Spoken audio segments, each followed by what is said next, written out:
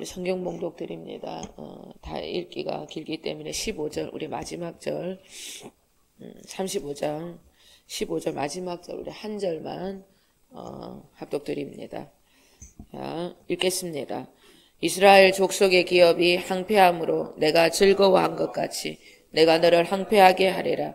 세일사나 너와 에돔 온 땅이 항폐하리니 내가 여호와인 줄 무리가 알리라 하셨다 하라. 아멘. 추수감사주일날 주님은 우리 교회 위에 최고의 선물을 주셨습니다. 하나님 나라의 메시지가 꿈으로 저를 통하여서 이 공동체에 전달이 된 것입니다. 우리 주님은 당신의 메시지죠. 메시지를 꿈으로도 주십니다. 요셉도 꿈으로 자신의 비전을 받았고 솔로몬도 1000번제를 드린 후에 꿈으로 하나님의 약속과 축복을 받았습니다. 그리고 하나님께서는 이 마지막 때에 성령님의 역사가 남종과 여종들에게 부어지는데 자녀들은 예언을 할 것이고 청년들은 환상을 볼 것이고 늙은이들은 꿈을 꾸게 될 것이라고 요엘 선지자 예언을 통해서 그렇게 말씀을 하셨습니다. 그래서 추수감사절 때 하나님께서 저번주도 말씀을 드렸지만 어떤 꿈을 주셨는가? 어느 모퉁이에 있는 집을 제가 7억을 주고 샀습니다. 7억을 주고. 예. 7은 완전수를 뜻하는 것입니다. 완전하고 완벽한 집을 샀다는 뜻이에요. 왜? 모퉁이돌, 머릿돌이 되시는 주님의 집이시기 때문에. 그 집을 아무도 모르게 샀습니다. 그런데 그 동네에서 저 주인집 아줌마가 건물을 팔았는데 7억에 팔았다고. 왜 저 건물을 그렇게 싸게 팔았는지 모르겠다고 이상한 소문이 돌기 시작을 합니다. 복음이라는 것은 이렇게 비밀입니다. 영적인 자들만이 영적인 비밀을 알게 되는 거예요. 절대 중심이 바르지 않는 자에게는 주님께서 영적인 눈을 열어주지 않습니다. 복음의 비밀을 알 수 없다는 뜻입니다. 이런 완전한 복음을 알게 되면 영적인 원리입니다. 남이 보지 못하는 영적인 세계가 보이기 때문에 이 복음을 알게 되면 믿음의 훈련에 있어서 많은 대가 지불이 그렇게 필요치 않습니다.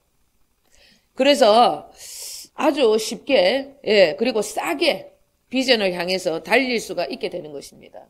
그러나 복음을 모르게 되면 신앙에 있어서 징계의 시간이 아주 길어집니다. 사실 막말로 얘기를 하면 개고생을 많이 한다는 거예요. 그런데 복음을 알게 되면 비밀이 풀어짐으로 인해서 징계의 시간이 굉장히 단축이 된다는 것입니다. 복음은 비밀입니다. 예.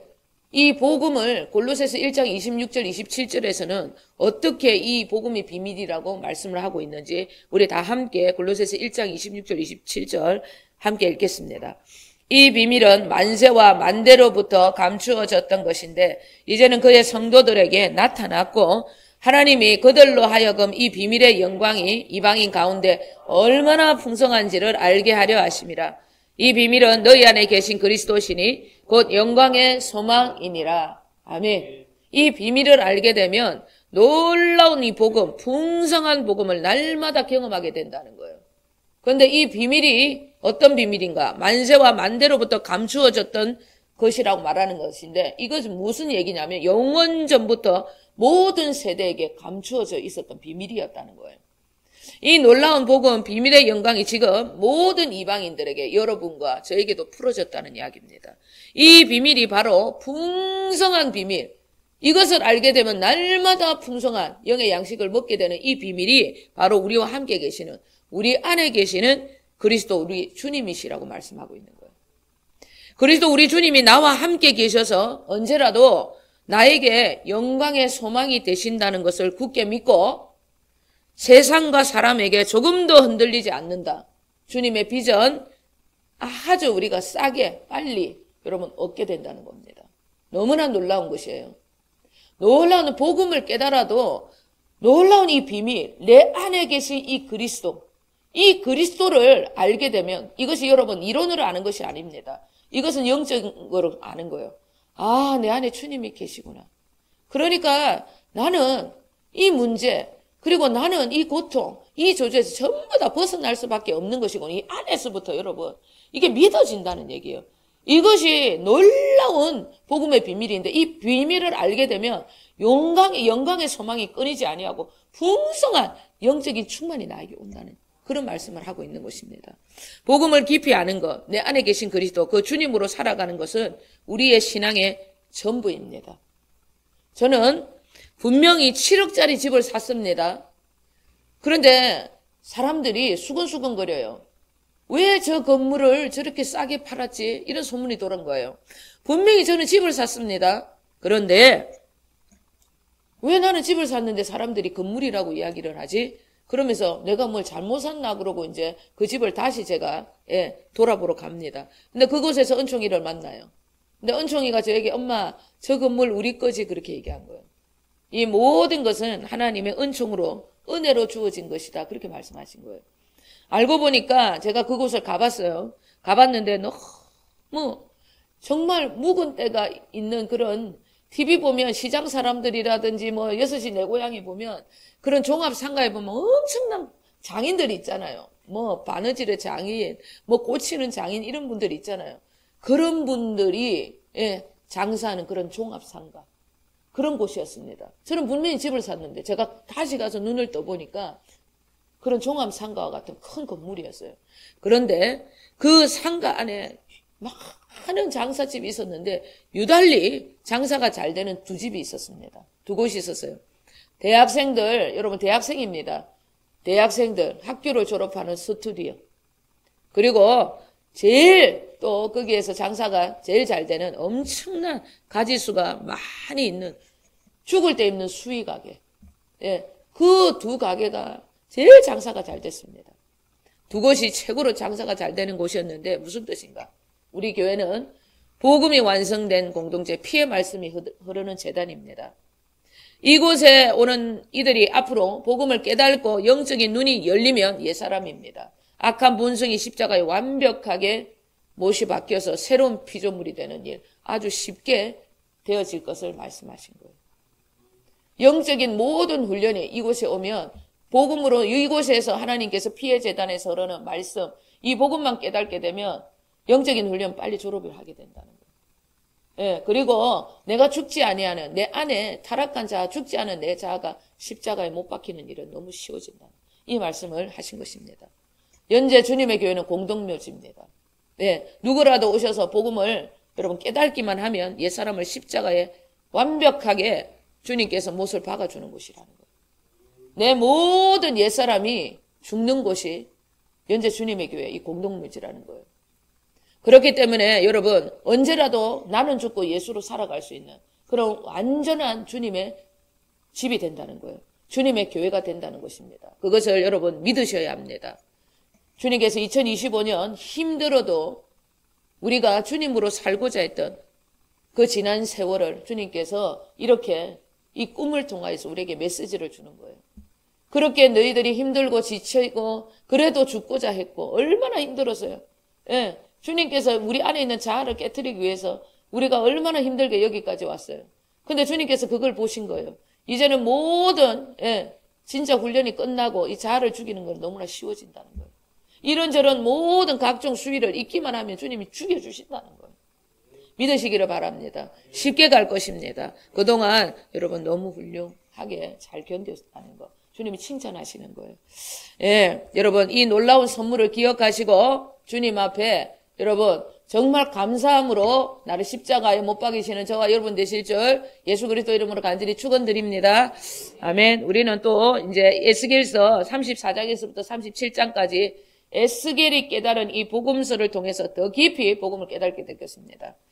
자, 4장의 이 에스겔을 통해서 우리는 모든 소망, 절망 가운데 있었던 이스라엘 백성들, 포로로 잡혀갔던 이 저주 속에 살았던 이스라엘 백성들이 어떻게 이 복음을 통해서 다시 회복되어지는지 주님께서 그것을 보여주시는 것이 34장에서부터 37장까지라는 거예요.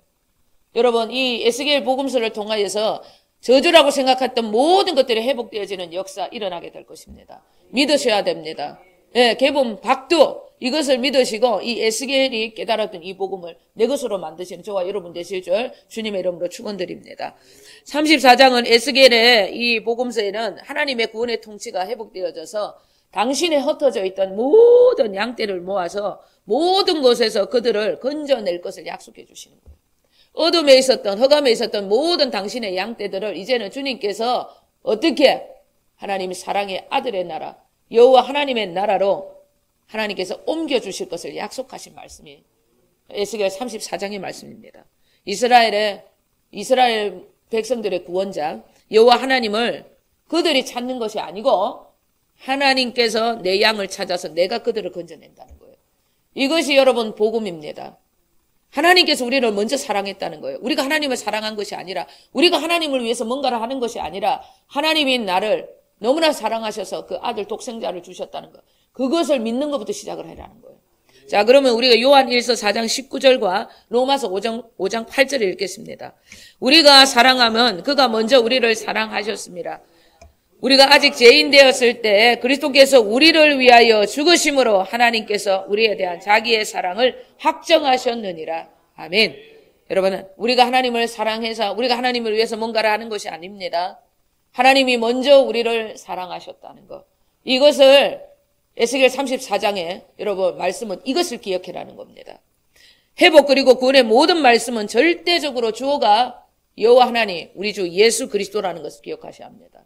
언제라도 구원에 있어서 인간은 주어가 될 수 없다는 것 또한 기억을 하셔야 합니다. 인간이 주어가 되어 구원을 이루려고 하고 하나님의 일을 하려 한다. 율법주의자, 종교인이 그래서 되는 것입니다. 그러면 우리는 그러면 아무것도 하지 말라는 뜻인가?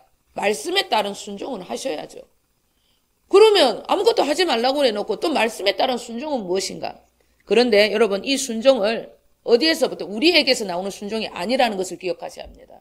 이 순종은 우리에게서 나오는 순종이 아닙니다. 내 타락한 자아, 이 내 육신이 억지로 하는, 내가 하는 순종이 아닙니다.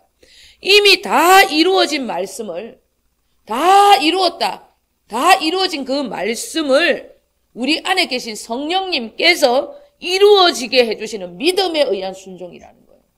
예수 안에 있는 생명의 성령의 법으로 이루어지는 순종, 믿음에 의한 순종, 다 이루었다는 그 말씀이 내 안에 믿어져서 성령님이 믿어진 그 말씀으로 믿음에 의하여서 순종이 되어지는 거예요. 이 순종이라는 거예요.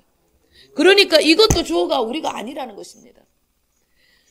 더 깊은 순종함은 이것보다 더 깊이 들어가서 순종을 하는 것은 십자가 사랑만 생각하면 우리 안에 감사가 넘치고 감격이 넘쳐서 눈물로 내가 이 순종이라도 할 수 있는 것에 감사하는 이 순종, 이것이 최고의 순종입니다. 하나님, 이거라도 할 수 있어서 감사합니다. 하나님, 제가 어떤 것으로 이 구원을 보답할까요? 이것이 최고의 순종이라. 주님께 드릴 것이 없어서 순종이라도 막 드리고 싶어하는 그 마음에서 올라오는, 엄청난 고통이 오더라도 십자가 사랑만 생각하면 순종하고 싶어하는 그 마음, 십자가 사랑에서 올라오는 그 마음, 이것이 최고의 순종이다. 이 순종이 전부 다 우리에게서 오는 것이 아니라 내 안에 십자가 사랑에서 올라오는, 예수 안에 있는 생명의 성령의 법으로 되어지는 이 순종이 진짜 순종이라는 거예요. 우리가 예수 그리스도 복음을, 이 말씀을 듣고 구원의 길을 갈 수 있었던 것은 전적인 은혜였지 내가 주어가 아님을 다시 한번 명심을 하셔야 합니다. 에스겔 34장은 여호와 하나님이 내 양을 찾아서 그들을 건져낼 것이라는 거예요. 그들을 어떻게? 복된 소식, 소낙비와 같은 그런 복된 소식으로 사망에서 생명으로 그들을 옮겨낼 것이라는 거예요. 이것이 에스겔의 복음의 시작이라는 것입니다. 그분이 우리를 먼저 사랑했다는 것을 반드시 잊지 않으셔야 합니다. 그리고 오늘 본문은 그렇게 말씀을 해놓고 에돔 땅을 향한 그런 심판의 말씀을 하시고 있어요. 왜 하나님께서는 이스라엘 백성들의 회복과 구원을 선포를 하신 후에 바로 이 에돔 땅에 이 심판을 말씀하고 있는 것인가? 에돔은 하나님의 백성들, 그리고 이스라엘과 이 남유다 땅을 언제라도 기회만 있으면 차지하려고 했고, 그리고 언제라도 그들을 비난했고 그들을 무시하면서 그들이 망하기를 바랬던 그런 족속입니다. 그리고 언제라도 기회다 싶으면 그 땅을 여러분 차지하려고 했어요. 그것이 에돔입니다. 자, 10절, 11절 우리 함께 읽겠습니다. 내가 말하기를 이 두 민족과 두 땅은 다 내 것이며 내 기업이 되리라 하였도다. 그러나 여호와께서 거기에 계셨느니라.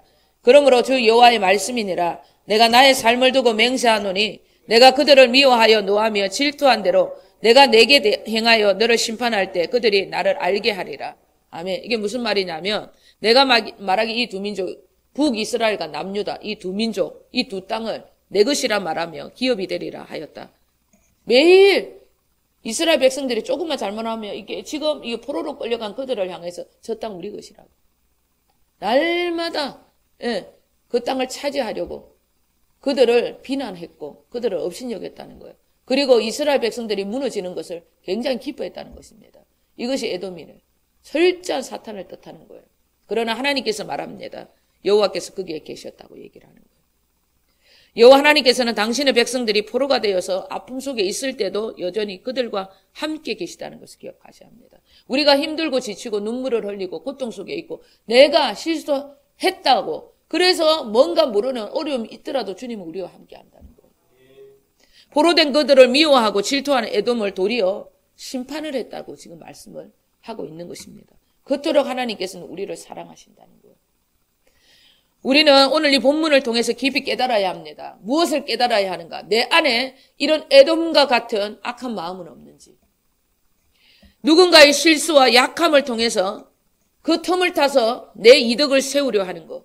그리고 쓰러져 있는 그러한 자들을 도와주기보다 손가락질하고 밟고 그들을 업신여기는 것. 그것이 에돔의 마음이라는 것. 에돔 땅이라는 것입니다. 우리 하나님은 이런 마음, 이 에돔과 같은 이런 악한 마음을 너무나 싫어하신다는 거예요. 이런 자들의 태도는 언제라도 심은 대로 거둡니다. 자신에게 돌아갑니다. 그래서 하나님께서는 에돔을 심판하겠다고 복음의 말씀 속에 그 35장을 끼워놓은 거예요. 우리 안에 혹 이런 악한 마음은 없는지, 하나님을 믿고 따른다고 하지만은 실상은 모든 것은 내 이득, 내 유익을 위한 삶은 없는지, 그리고 악한 자를 대할 때 긍휼로 대하지 아니하고 도리어 율법적인 잣대로 손가락질하고 판단 정죄하며 그들을 짓밟고 있지는 않는지, 항상 우리의 동기가 어디에 있는지 우리의 중심을 살펴야 한다는 것입니다. 오늘 주님께서 구원을 선포하시고 난 뒤에 우리에게 이 말씀을, 네 마음을 살펴야 한다. 네 중심의 그 동기를 살펴야 한다는 것을 말씀하고 있는 겁니다. 빌립보서 2장 5절 우리 다 함께 읽겠습니다. 너희 안에 이 마음을 품으라. 곧 그리스도 예수의 마음이니. 아멘. 그리스도의 생명을 받은 우리들은 언제라도 나의 마음에서 일어나는 동기를 볼 수 있어야 하는 것입니다. 사람은 행위를 통해서 자신을 나타내지만은 우리 주님은 언제라도 우리의 마음의 동기를 보신다는 것, 중심을 보신다는 것. 하나님의 일을 하는 데 있어서, 사람을 대하는 일에 있어서 모든 하나님의 일, 사람을 대하는 모든 것, 그 동기가 진짜 하나님을 사랑하고 그 영혼을 사랑함으로 그 일을 하고 있는가, 그것을 보신다는 거예요. 하나님께서 진짜 나는 주님의 의도와 똑같은 마음으로 예수 그리스도의 마음을 품고 십자가의 이 복음, 하나님의 이 놀라운 일, 이것들을 감당하며 살아가고 있는가. 언제라도 우리의 그 마음의 동기를 주님께서 체크를 해야 한다는 겁니다. 그래서 오늘 주님께서 35장의 말씀을 복음서 안에 끼우는 거예요. 리즈 하월즈라는 중보기도라는 책을 제가 다시 읽고 있습니다. 예, 왕년에 읽었던 책인데 다시 보니까 완전히 달라요. 복음으로, 더 완전한 복음으로 눈을 뜨고 읽어보니까 너무나 놀라운 책입니다. 그분이 성령님과 함께 동행하면서 자신의 이 잘못된 자신의 이 마음의 의도를 꺾는 훈련을 해 나가고 있는데 기가 막히게 훈련을 받습니다. 한 번은 이런 일이 있었습니다. 옥외 집회입니다. 집회가 있었어요. 그러면서 자기 친한 친구하고 둘이서 이제 설교를 하기로 되어 있습니다. 그래 친구가 먼저 설교를 했어요. 그런데 성령님이 그 친구를 아주 놀랍게 사용을 하신 거예요. 성령님의 역사가 그 친구와 함께 한 겁니다. 그 뒤에 자기가 설교를 해야 한다는 사실이 은근히 겁이 나면서 질투심이 그때부터 일기를 시작을 한 거예요. 말씀과 주님께 집중해야 하는데 집중이 안 되는 거예요. 사람만 의식이 되는 거예요. 성령님을 의지하면서 이 복음을 전하고 말씀을 전해야 하는데 그렇게 하지 못하는 것입니다. 그 불편한 마음이, 질투심이 그 안에서 올라오기 시작하는 겁니다. 겨우 숨기면서 설교는 했지만은 성령님은 자신에게 채찍을 드시고 먼지와 같이 자신을 낮추시는 말씀을 했더라는 것입니다. 이런 말씀입니다. 읽어드립니다. 제가. 자, 질투가 얼마나 못난 짓인 줄 아느냐. 주님께서 말씀하신 거예요. 마귀가 그런 것을 이용해서 얼마나 그 사람의 영혼을 해롭게 할 수 있는지 내가 보여주겠다. 그러면서 그에게 하나님께서 어떤 환상을 보여주십니다. 나는 질투보다 더 소름 끼치는 것을 보지 못했다. 그것 때문이라면 나 자신을 저주하고 싶은 심정이었다. 네가 오늘 5개 집회를 나간 것은 그 영혼들에게 하나님의 축복을 전하기 위해서가 아니었더냐. 만일 그렇다면 내가 누구를 통해서 그들을 축복하든 그게 무슨 상관이란 말이냐. 만약 한 번 더 그런 질투가 발견된다면 그때는 대중 앞에서 죄를 고백해야 할 것이다. 그날 이후 그는 질투하는 것 생각조차 머릿속에 다 지워버렸다는 거예요. 그러면서 이런 거를 더 붙였습니다. 나의 매일의 여정은 바로 십자가의 길이었다. 성령님은 이기적인 동기나 이기적인 생각이 나올 때마다 한시도 지체하지 않으시고 나를 엄격하게 다루셨다. 어릴 적 내가 엄격하다고 생각했던 분은 교장 선생님이었었다. 그러나 성령님께서는 그보다 1000배는 더 엄격하시다. 교장 선생님은 행동을 보고 판단하시는 게 고작이었지만 성령님은 우리의 마음속 깊은 동기를 눈동자처럼 지켜보고 판단하신다. 사단이 주는 것 중에 제일 소름이 끼치는 것이 질투라는 거예요. 너무나 무서운 것이라는 겁니다. 질투는 상대를 죽이는 것이 아니고 나를 죽이는 것이에요. 그것을 기억하셔야 합니다. 사울 왕이 왜 그렇게 비참한 인생으로 생을 마감을 했는가? 다윗을 질투했던 그 시기부터 그가 그렇게 된 거예요. 사울은 천천히고 다윗은 만만이라는 그 여인들의 노래 소리에 사울 왕이 그 속에서 질투심이 올라온 것입니다. 그것을 다스려야 했는데 다스리지 못한 것입니다. 그 질투심을 다스리지 못함으로 인해서 그 모든 것을 빼앗긴 것입니다. 내 안에 질투가 있다, 없다. 그럼 어떻게 알 수 있습니까?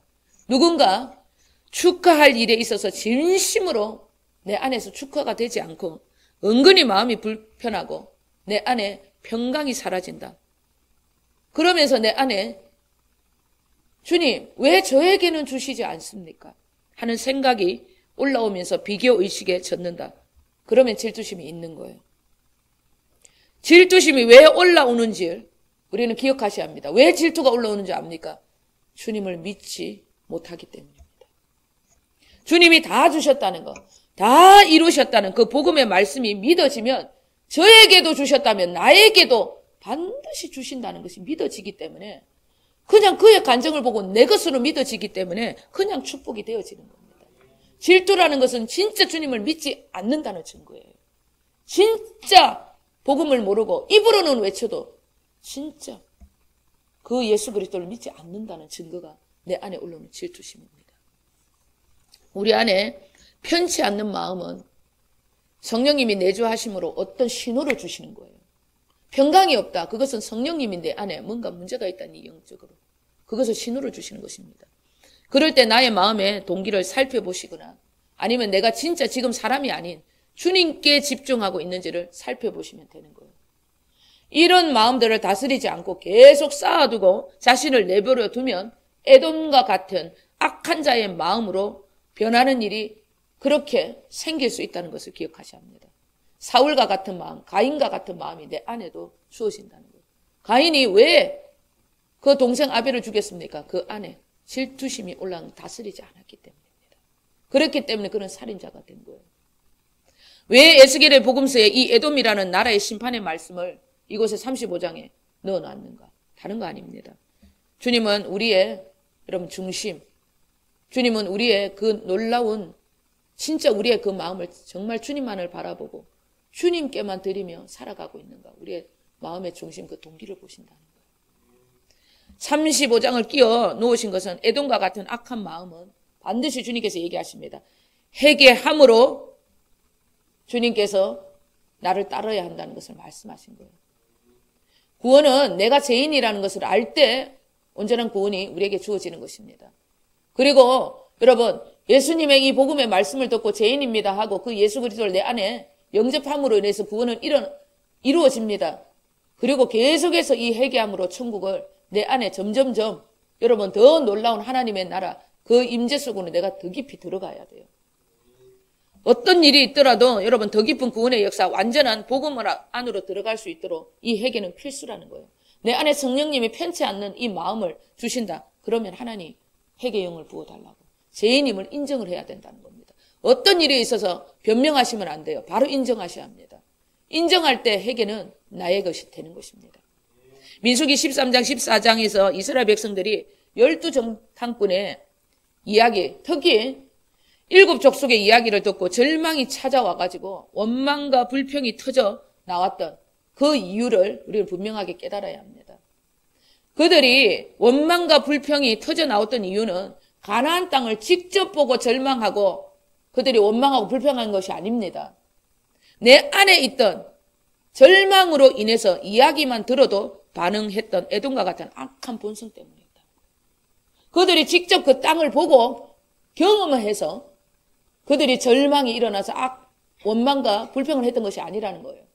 자기 안에 있는 에돔과 같은 그런 악한 본성, 그 본성으로 말미암아 그런 절망적인 소리만 들어도 반응을 했다. 이것을 여러분 우리는 기억을 하셔야 합니다. 원망과 불평, 이 절망이 어디서부터 시작하는 거? 전부 내 안에서부터 시작하는 거예요. 내 안에 이 악한 본성, 에돔이 있다면 이런 문제가 일어나는 것입니다. 원망과 불평은 내 안에서부터, 원수마귀가 주는 이 에돔 땅에서부터 시작을 한다는 거 기억하셔야 합니다. 여러분 아무 사건이 일어나지 않았는데도 문득 올라오는 그 과거의 어떤 사건, 누군가가 말하는 어떤 질병, 누군가의 죽음, 이런 이야기를 듣고 내 안에 반응하는 본성. 나는 혹 그런 질병, 혹 무슨 일이 일어나려고 이런 소리 들은 것은 아닌가? 이런 모든 소리는 누가 주는 것인가? 에돔에서 일어나는 악한 본성, 마귀가 주는 생각이라는 것입니다. 영계에서는 생각이 은읍니다. 이상한 생각이 이상한 것이 쑥 올라온다. 그게 사탄이 나에게 주는, 여러분 집어 던지는 여러분 이야기라는 거예요. 그게 은읍니다. 그것을 대적해야 돼요. 그것을 삼켜버리면 문제가 생기는 것입니다. 사탄은 그것을 우리에게 여러분 던지는 거예요. 내 안에서부터 문제가 있는 거예요. 본 것 때문이 아닙니다. 그 이스라엘 백성들이 7 족속에 대해서 얘기를 하니까, 그 절망의 이야기를 하니까 보지도 않았는데 내 안에 절망, 에돔에 그 땅이 있으니까 그것만 보고 원망과 불평이 그냥 올라오는 겁니다. 어디에서부터 여러분 다스려야 되고 시작을 해야 되는지 그것을 깨달아야 하는 것입니다. 아무 사건도 없었고 아무 일도 없었는데 혼자 두려워합니다. 스쳐가는 이야기, 대화 속에서도 나도 모르게 이상한 게 섭섭한 게 쑥 올라와요. 내 안에서 반응하는 이런 본성, 시기심, 질투, 이것이 에돔 때문이라는 것입니다. 이것이 악한 본성 때문이라는 것입니다. 이런 본성은 반드시 회개함으로 옥토라는 좋은 땅으로 우리를 개간해 주는 것입니다. 그래서 주님께서 우리에게 여러분 징계를 주시는 것이에요. 징계가 얼마나 좋은 것인지 모릅니다. 당시에는 힘들고 지치고 여러분 참 고통스럽지만 이 징계는 우리에게 옥토밭을 주는 놀라운 개간, 그 놀라운 선물을 주신다는 것을 기억을 하셔야 합니다. 그래서 우리 안에는 어디에서? 예수 그리스도의 그 말씀, 하나님의 그 말씀 진리만이 올라오는 그 진리가 내 마음을 주장을 해야 한다는 것입니다. 왜 우리가 그렇게 살아야 하는가? 우리는 주님이 거하시는 주님의 교회고 하나님의 성전이기 때문입니다. 34장 주님께서 우리를 먼저 사랑하시고 우리를 구원해 주셨다는 거 반드시 기억하셔야 합니다. 이것이 에스겔서 34장의 여러분 주제입니다. 그리고 언제나 구원의 주원은 예수 그리스도, 우리 주님이심을 그것도 기억하셔야 합니다. 그리고 그런 주님의 완전한 복음, 그 사랑을 경험하기 위해서는 반드시 우리 안에 있는 이 악한 이 에돔 땅, 회개함으로 좋은 땅으로 개간을 날마다 하셔야 한다는 것. 그것 또한 기억을 하셔야 합니다. 우리가 하나님의 이 사랑을 깊이 경험하고자 하신다면 우리 오늘부터 하나님 회개의 영을 부어달라고 주님 앞에 내 마음을 전부 다 옥토로 개간해달라고 기도를 하셔야 합니다. 그리고 한 주간 동안 이 회개의 영을 부어달라고 회개함으로 인해서 내 안에 있는 모든 악한 이 에돔 땅, 선한 좋은 땅으로 개간하시는 저와 여러분 되시길 우리 주 예수 그리스도 이름으로 간절히 축원드립니다. 아멘. 우리 기도하겠습니다. 아버지 하나님, 오늘 함께 예배드리